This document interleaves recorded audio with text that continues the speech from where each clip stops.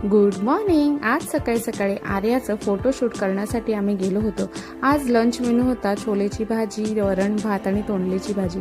आज मी मशरूम आणले होते, ते मस्त कापून घेतले। दुसरीकडे मी कांदा, टोमॅटो, कॅशूची पेस्ट बनवून घेतली, ती तेलात मस्त परतून घेतली। त्यामध्ये आले लसूण पेस्ट, मीठ, हळद, मसाले असे सगळे मसाले ॲड करून चांगले तेल सुटेपर्यंत परतवून घेतलं।